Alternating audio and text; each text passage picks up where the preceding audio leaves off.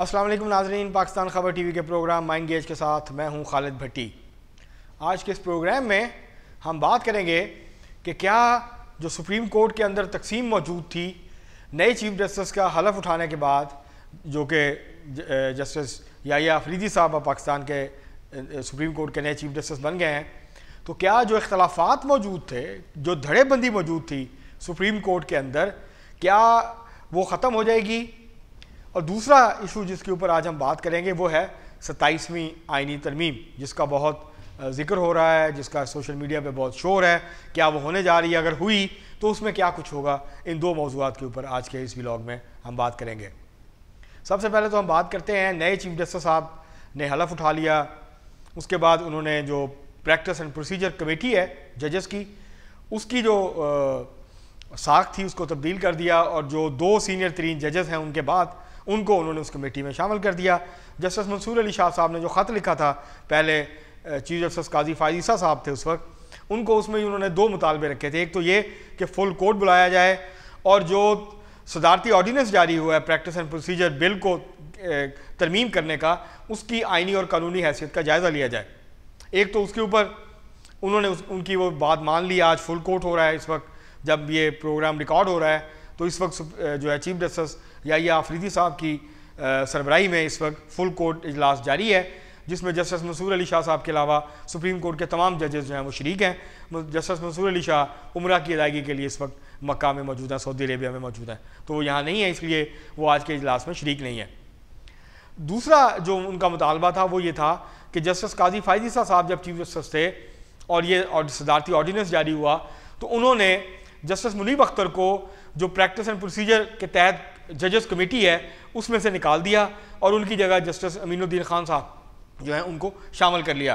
तो वो भी उन्होंने उसको चेंज कर दिया, और जस्टिस मुनीब को उन्होंने वापस उस कमेटी के अंदर शामिल कर दिया। तो दो इशू जिनकी तरफ इशारा किया था जस्टिस मंसूर अली शाह ने, या उनके दो मुतालबात कि मैं किसी मखसूस या खसूसी बेंच में उसी वक्त बैठूंगा जब ये दो मुतालबात मेरे पूरे हो जाएंगे, तो वो जस्टिस याहिया अफरीदी साहब ने पूरे कर दिए।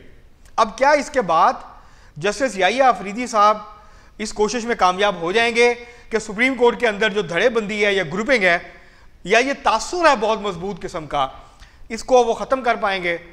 तो वो कोशिश तो करेंगे, और इसी वजह से उन्होंने फुल कोर्ट भी बुला लिया। प्रैक्टिस एंड प्रोसीजर जजेस कमेटी जो है उसमें भी तब्दीली कर दी। वो बाहर यही चाहते हैं कि जो सुप्रीम कोर्ट के अंदर जजेस के दरमियान इख्तलाफात हैं उनको कम से कम किया जाए, और सुप्रीम कोर्ट की जो इज़्ज़त है, जो वक़ार है, उसको बहाल किया जाए। जो लोगों का एतमाद है सुप्रीम कोर्ट के ऊपर, इसको बहाल किया जाए। और ये जो कहा जाता है, सियासी जमातें कहती हैं, सियासी लीडर कहते हैं, और अमूमी तासुर है कि ये फ़लाँ का जज है, ये फ़लाँ का जज है, तो सुप्रीम कोर्ट के जजेस के बारे में ये जो तासुर है, इस तासुर को ख़त्म किया जाए, इसको ज़ाइल किया जाए, और सुप्रीम कोर्ट की जो वक़ार है, जो इज़्ज़त है, उसको जो है वो बहाल किया जाए, उसकी जो अथॉरिटी है उसको बहाल किया जाए। अब उनके सामने चैलेंजेस हैं।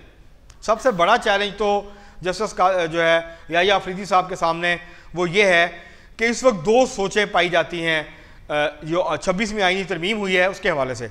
कुछ वो जजेस हैं जिसमें जस्टिस याहिया अफरीदी साहब खुद भी शामिल हैं, जो इस वक्त चीफ जस्टिस हैं, वो ये समझते हैं कि पार्लियामान को ये आईनी तरमीम करने का इख्तियार है, वो ये कर सकते हैं।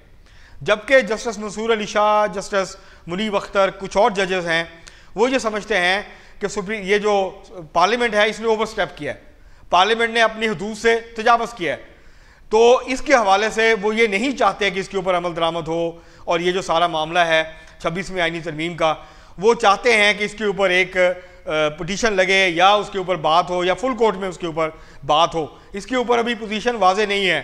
क्या महज इंतज़ामी जो है इक़दामात के ज़रिए याहिया अफरीदी साहब इस सुप्रीम कोर्ट के अंदर की जो तकसीम है उसको ख़त्म कर पाएंगे? ये कहना अभी कब्ज़ल वक्त है, लेकिन वो कोशिश पूरी करेंगे। वो इस बात की हर मुमकिन कोशिश करेंगे कि ये मामला तय हो जाए, जजेस के दरमियान जो तफरीक है, तकसीम है, उसको ख़त्म किया जाए, उसकी या ख़त्म नहीं होती तो मिनिमाइज़ किया जाए। इस तरह के बेंचेस ना बनाए जाएँ जिससे ये तासुर मिले कि एक मखसूस जजेस जो हैं उनको बेंचेस में जो है वो बिठाया जाता है। दूसरी तरफ याहिया अफरीदी साहब का जो है वो ज़ाती तौर पर भी, और उनका जो कंडक्ट है वो बहुत मुख्तलिफ है काजी फ़ायज़ी से। वो नॉनसेंस जज समझे जाते हैं, अपने काम से काम रखते हैं, आइन और कानून के मुताबिक चलते हैं, पॉलिटिकल एजेंडा उनका नहीं है, वो पॉलिटिकल एजेंडे को ड्राइव नहीं करते, तो हो सकता है कि वो एक न्यूट्रल चीफ जस्टिस के तौर पे सुप्रीम कोर्ट के अंदर की जो तकसीम है इस पर काबू पा सकें। दूसरा इशू जिसका बात करनी है वो ये है कि 27वीं आईनी तरमीम के हवाले से बात हो रही है। अभी फ़िलहाल तो 27वीं आईनी तरमीम का कोई इम्कान नहीं है।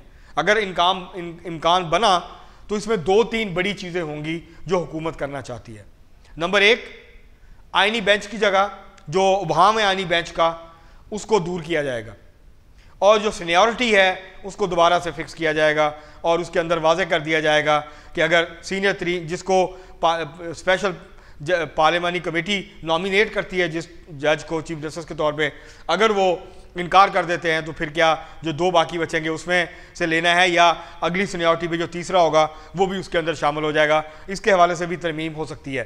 अहम तरीन जो तरमीम होगी 27वीं आईनी तरमीम अगर हुई तो उसके अंदर वो होगी आर्टिकल आइन के 243 में, जिसके तहत आर्मी एक्ट, एयरफोर्स एक्ट और नेवल एक्ट जो है इसको सादा अक्सरियत से तब्दील नहीं किया जा सकेगा और इसको तहफ़्फ़ुज़ दिया जाएगा आइन के तहत।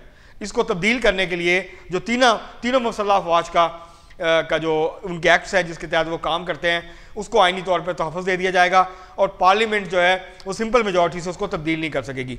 तीसरा इशू आएगा इसके ऊपर, वो है मिलिट्री कोर्ट्स का, वो है फ़ौजी अदालतों का। इसके हवाले से तरमीम जो है उसके इम्कानात भी हैं और जो चीज़ें रह गई हैं, कमियाँ खामियाँ सामने आ रही हैं 26वीं आईनी तरमीम की, उनको 27वीं आईनी तरमीम के ज़रिए जो है वो ठीक कर दिया जाएगा और भी 1-2 चीज़ें जो हैं वो 27वीं आईनी तरमीम के अंदर आ सकती हैं। अब हुकूमत जो है उसने बमुश्किल मौलाना फजल रहमान साहब को साथ मिला के 26वीं आईनी तरमीम पास की थी। क्या हुकूमत के पास नंबर्स हैं? अगर मौलाना साहब वोट नहीं भी करते तो जो टूट फूट हुई है, जो फॉरवर्ड ब्लॉक हैं तहरीक इंसाफ के 10 से 15 अरकान कौमी असम्बली और 4 से 5 सेनेटर्स जो हैं वो हुकूमत के साथ जा चुके हैं, वो इस्टेब्लिशमेंट के साथ जा चुके हैं, वो अब तहरीक इंसाफ के डिसिप्लिन में नहीं है। उनको जो कहा जाएगा वो वहाँ पे वोट दे देंगे। डिस्क्वालिफिकेशन का इशू जो है वो बाद में देखेंगे। इसी के साथ साथ क्योंकि अभी 26वीं आईनी तरमीम का मामला है और इसके 26वीं आईनी तरमीम के ऊपर जो है वो ऑलरेडी जो है वो पटिशन्स आ गई हैं। एक तो आबद ज़ुबैरी साहब, कुछ वकला ने, सुप्रीम कोर्ट के जो वकला हैं उन्होंने ज़ाती हैसियत में पटिशन दायर कर दी है जिसमें सुप्रीम कोर्ट से कहा गया है कि 26वीं आईनी तरमीम के ऊपर उस वक्त तक अमल दरामद रोक दिया जाए जब तक सुप्रीम कोर्ट इसके ऊपर कोई फैसला नहीं करती।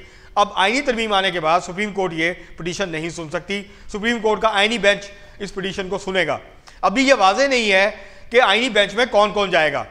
क्या चीफ जस्टिस जो हैं या अफरीदी साहब वो खुद उसकी सरबराही करेंगे या अपने अलावा किसी और सीनियर जज को वो इसकी सरबराही देंगे? क्या इसमें जस्टिस मुनीब अख्तर, जस्टिस मंसूर अली शाह शामिल होंगे या नहीं होंगे? इसके ऊपर भी अभी सवालात हैं।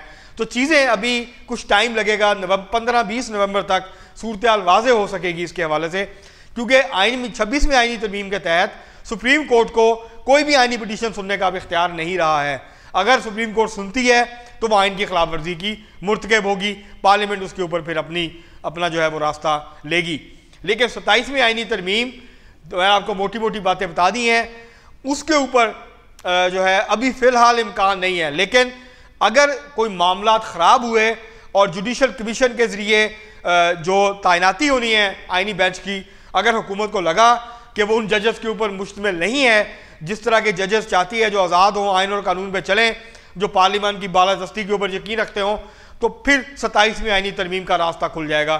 फिर 27वीं आईनी तरमीम लाई जाएगी और उसके ज़रिए से मज़ीद तब्दीलियाँ जो हैं वो कर दी जाएंगी और उसके नतीजे में सुप्रीम कोर्ट के इख्तियारात को मज़ीद जो है वो महदूद कर दिया जाएगा।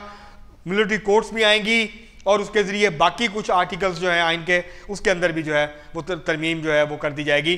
तो ये एक बड़ा चैलेंज है इस वक्त, जैसे मैंने पहले कहा, चीफ जस्टिस जो नए हैं या अफरीदी साहब, उनके लिए कि वो फौरी तो वो किस तरीके से सुप्रीम कोर्ट को एक करते हैं, सुप्रीम कोर्ट को मुत्तहद करते हैं और एक दरमियाना रास्ता को निकालते हैं जिसके मुताबिक मुख्तलिफ सोच रखने वाले जजेस जो हैं बेशक वो अपनी राय या सोच रखें, लेकिन ये जो ज़ाती इख्तलाफात की शक्ल इख्तियार कर गई है उसको वो कैसे देखते हैं। 26वीं आईनी तरमीम की जो उनकी तकरीरी है वो चीफ जस्टिस बने हैं 26वीं आईनी तरमीम के तहत। अगर 26वीं आईनी तरमीम नहीं होती तो वो 2029 में चीफ जस्टिस बनते, 1 साल के लिए तकरीबन।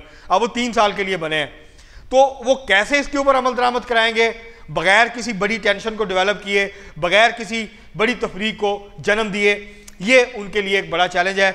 इस तरह पार्लियामेंट के सामने भी चैलेंज है कि वो किस तरह अदलिया के साथ अपने जो मामलात हैं उनको एक ख़ास हद से आगे ना जाने दे, वरना उसके नतीजे में आईनी बहरान भी पैदा हो सकता है और सियासी अदम इस्तेहकाम जो है वो भी बढ़ सकता है। अब तक के लिए इतना ही, बहुत शुक्रिया।